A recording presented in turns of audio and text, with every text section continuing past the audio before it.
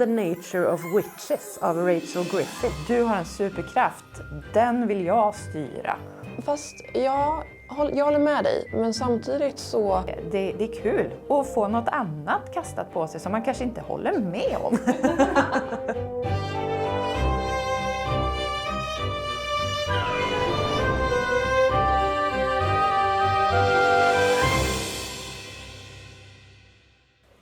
Hej och välkomna till Fantasykanalen. Här pratar vi om fantasyböcker och annat sånt där kul som vi gillar.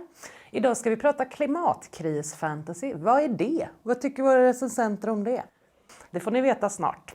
Glöm inte att prenumerera på kanalen och klicka på den här lilla ringklockan också om ni vill ha notiser när vi släpper nya grejer.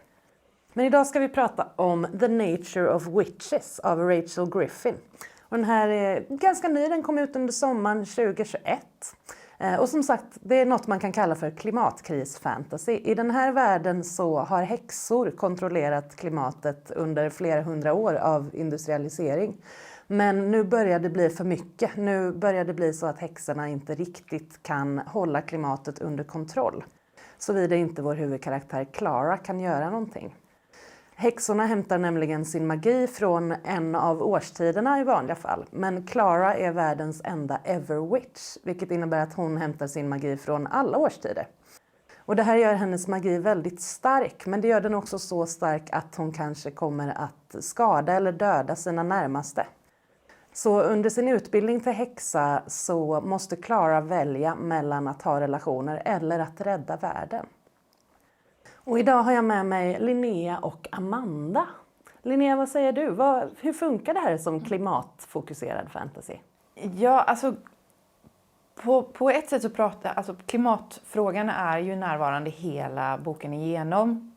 Samtidigt så blir den ju lite, hamnar den också i bakgrunden, för samtidigt är det ju väldigt mycket en så berättelse om att vara tonåring och gå i skolan och vad ska jag göra när jag blir stor? Frågan är ju, eftersom den berättas, den berättas i jag-form och man följer den här karaktären och det är ju hennes upplevelser man får. Och hon pratar lite, emellanåt så återkommer hon till att det pågår diskussioner mellan häxvärlden och människovärlden där de diskuterar hur ska vi göra någonting åt det här. Alltså, hur ska vi få människorna att skärpa sig och sluta sabba? Men den diskussionen får man aldrig se i detalj i boken. Utan i boken handlar det mer om hennes upplevelse och de liksom enstaka insatser som hon behöver vara involverad i. Så på ett sätt så klimatkrisen är ständigt närvarande och det är ju bra att man skriver böcker om det. Men det riktiga klimatproblemet som vi faktiskt har hamnar lite i bakgrunden. Men det är ju svårt att skriva ett äventyr där man slåss mot klimatet. Ja, rent direkt så låter det lite svårt så. Men det blir mer att huvudkaraktärens resa hamnar i fokus gentemot klimatet, om jag förstår det rätt. Ja, men det handlar ju om hur hon, upptäcker, utforskar och växer i sina krafter som ju är, som du sa, lite speciella. I och med att hon kan hämta krafter. Hon är en Everwitch och kan jobba under samtliga årstider. Sen ska vi ju vara medvetna om, det här är ju de västerländska 4 årstiderna. Det finns ju det finns ju många sätt att dela upp året i. Så det här är ju västerländska häxor. Vad säger du, Amanda? Håller du med om den här utvärderingen?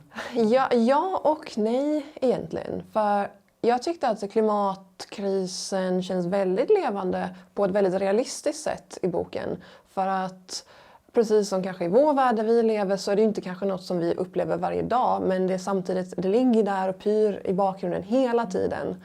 Och det är hela tiden de enstaka stormarna eller kanske hotet om en översvämning som hela tiden de försöker jobba mot klockan. Och det tror jag väl känns som en ganska realistisk porträttering av klimatkrisen. Och inte kanske extrema översvämningar hela tiden eller någon där vi liksom lever i någon form av postapokalyptisk värld, utan det är ett problem som måste tas tag i nu, och det här är liksom ett sätt som man kan göra det utan att vara sensationalistisk, skulle jag säga. Samtidigt då som det spelas ut mot hennes känslor, och naturen i sig är väldigt viktig, och hennes relation till naturen tycker jag också är en del av den här klimatidén, just för att det är en sån otrolig kärlek till solen och till jorden och naturen, och det är så kopplat till hur hennes krafter fungerar. Så att jag tyckte det var ganska refreshing faktiskt. Men vad tycker ni om Claras själva resa då, om vi ser på henne som karaktär? Vad tycker ni om det? Alltså, på ytan så är det ju en väldigt så här, alltså nästan Harry Potter-känsla. Liksom, att den här specialbegåvade ungdomen som tas till den speciella magiska skolan för att lära sig och trolla bra. Och det hade ju kunnat vara liksom en Harry Potter rip-off. Men i och med att den här boken är på många sätt väldigt annorlunda. Vilka sätt? Den är uppbyggd alltså dramaturgiskt och utifrån vad som är starkt och svagt, rätt och fel, och också vad som är liksom en dramaturgisk linje, så är den inte likadan som de flesta andra böcker som har skrivits. Du pratar om dramaturgin där. Vill du förklara lite mer vad det innebär bara? Ja, men med dramaturgi så menar jag i det här fallet hur man har lagt upp berättelsen, hur man brukar prata om en dramaturgisk linje, att när man bygger upp en berättelse så ska vissa saker hända i en viss ordning för att vi som läsare ska förstå. Och det finns också vissa vanliga saker som man brukar lägga i en viss ordning för att när man bygger upp en berättelse för att man som läsare ska förstå. Och det är också det som gör att vi ibland kan räkna ut nu har det här hänt, då kommer det här att hända. Och en del berättelser följer ju väldigt tydligt en vanlig dramatisk linje. Men den här boken gör ju inte det, och det är ju det som är lite kul. Nej, men jag håller med.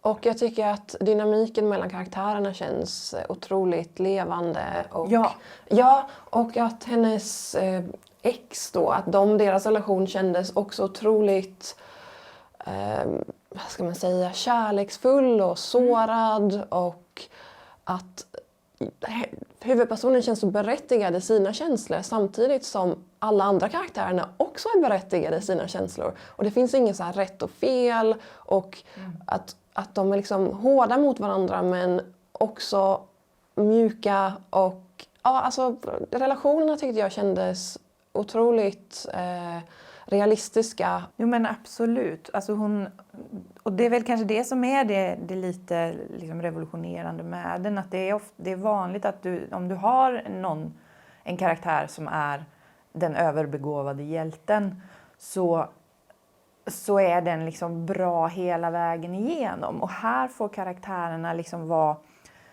det får finnas flera nyanser hos karaktärerna, och och även den som kanske uppfattas som, alltså det finns ingen sån 100% skurk, utan alla har liksom flera sidor. Jag tror att det är det också som gör att man tror på karaktärerna på ett annat sätt. Att de kan trolla, men de är realistiska samtidigt. Välrundade karaktärer låter det som då. Ja, absolut. Ja, absolut. Kul. Vi har ju pratat lite om klimataspekten i boken, men är det enda som finns där, eller kan man läsa in andra teman också, tycker ni?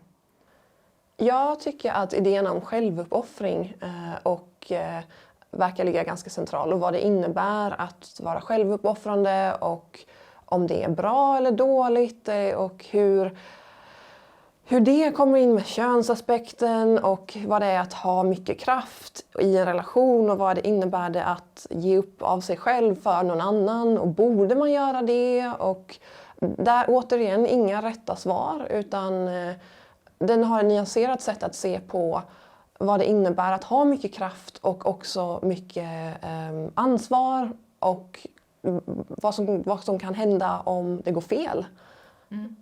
Så att jag tycker att den hanterar den här idén om ansvar väldigt väl. Jag vet inte vad du tycker. Ja, absolut. Jag tycker du beskrev det väldigt bra. Och en annan aspekt som jag tänkte som hänger ihop med det här med liksom att ha mycket kraft eller att ha förmågan att ställa till det. Vilket ju Klara har. Hon har förmågan att ställa till det. Och det kan bli väldigt, väldigt fel. Och det kan bli väldigt jobbigt för henne och också för hennes omgivning. Och på så sätt så tycker jag att den är kan också läsas som en diskussion kring neuropsykiatriska funktionsvariationer och också även psykiatrisk sjukdom. För att vad den handlar om är väldigt mycket hur problemen är inte, alltså hindren är i omvärlden. Hur omvärldens reaktioner på och hantering av en person som inte följer liksom normen för hur man ska vara. Hur omvärldens reaktioner på den personen kan spela en avgörande roll för om någonting blir väldigt bra eller om det blir väldigt jobbigt för alla inblandade. För hon stöter ju på både folk som liksom rullar med henne och förmår att liksom umgås med henne på ett konstruktivt sätt och se henne för den hon är. Och andra som bara, du har en superkraft, den vill jag styra. Och det går ju inte så bra. Fast jag håller med dig, men samtidigt så känns deras motivation för den här användningen av hennes kraft så otroligt berättigad.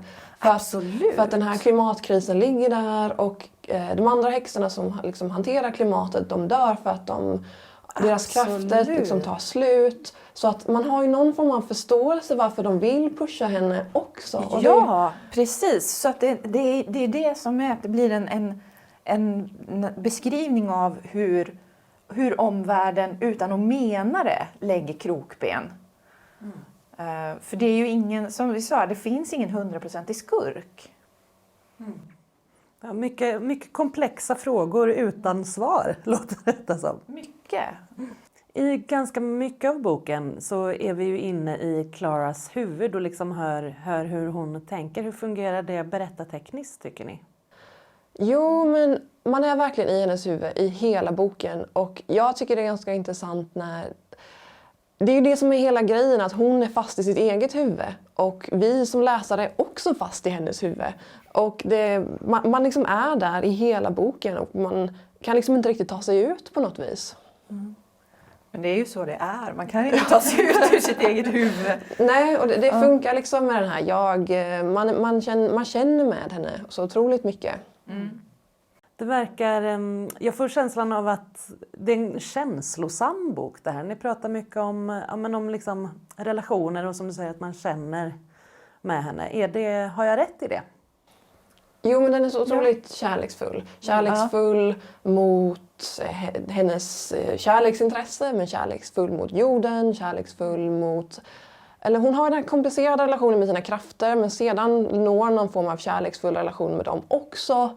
Och mycket kärlek. Ja, väldigt mycket kärlek. Och alltså, på många sätt så tycker jag det här är en revolutionerande bok. Just i det här att den är så kärleksfull och liksom berättas på ett annorlunda sätt än karaktärsbyggena är. Man ser inte på karaktärerna, de beskrivs inte som det brukar vara i böcker. Och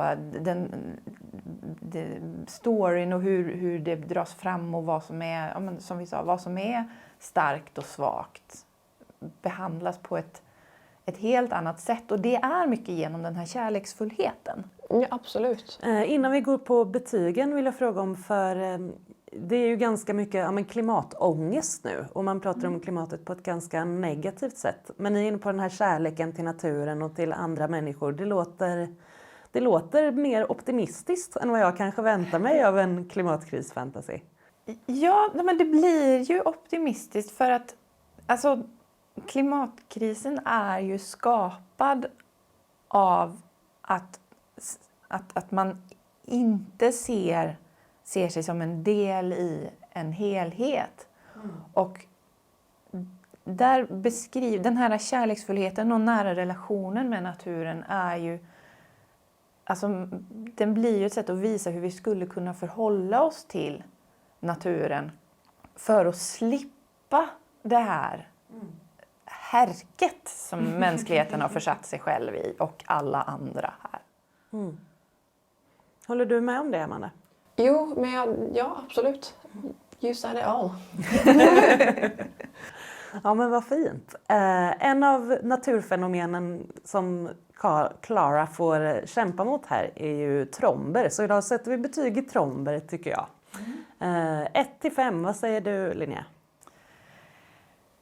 Ja, men fast den här får en 4 och det är mycket för att den är så annorlunda skriven.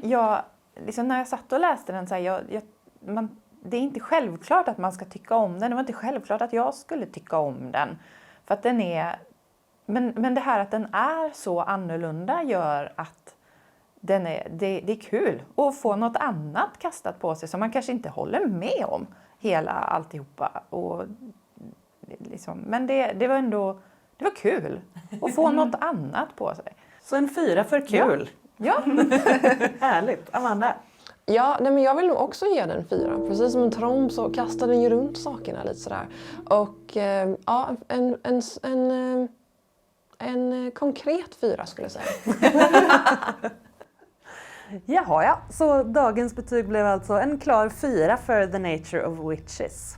Vad tycker du om klimatkrisfantasy? Pratar vi för mycket om klimatet kanske? Eller vill du läsa mer sånt här? Kommentera nedanför och gilla videon, dela till en klimatkompis eller någon annan som kan vara intresserad och prenumerera på kanalen.